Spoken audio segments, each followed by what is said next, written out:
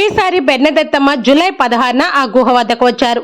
అప్పటికే అక్కడ కంచె వేసి ఉండడంతో ఆ కంచె అవతాల నుండే మరియ తల్లి గుహను చూశారు. మరియ తల్లి 18వసారి చివరి దర్శనంగా బెన్నెదెత్తమ్మకు కనిపించారు.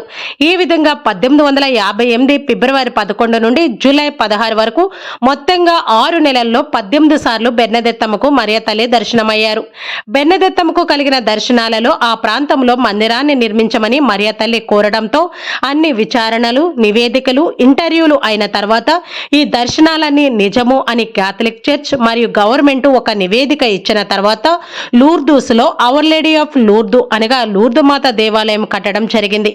ఇప్పుడు ప్రపంచంలోనే ప్రధాన పుణ్యక్షేత్రాలలో ఈ పుణ్యక్షేత్రం కూడా ఒకటి. ఇక్కడ నిర్మించిన దేవాలయంలో సెయింట్ పియర్స్ 10 గారి యొక్క బెసిలికా కట్టారు. దీనిలో ఒకటేసారి 25,000 మంది ప్రార్థన చేసుకోవచ్చు. 2013లో 7,15,000 మంది, 2016లో 5,70,000 మంది ప్రజలు లూర్దు మాతను సందర్శించుకున్నారు. ఈ గుహ చుట్టూ 3 పెద్ద బెసిలికాలు ఉన్నవి. అందులో ఒకటి Our Lady of Immaculate Conception, రెండవది రోసరీ బెసిలికా, మూడవది సెయింట్ పియర్స్ 10. ఈ 3 దేవాలయాలు వరుసగా పైన, కింద మరియు భూగర్భ బెసిలికాలుగా పిలువబడుతున్నవి. ఈ దేవాలయం మొత్తం 130 ఎకరాల విస్తారంలో కట్టడం జరిగింది.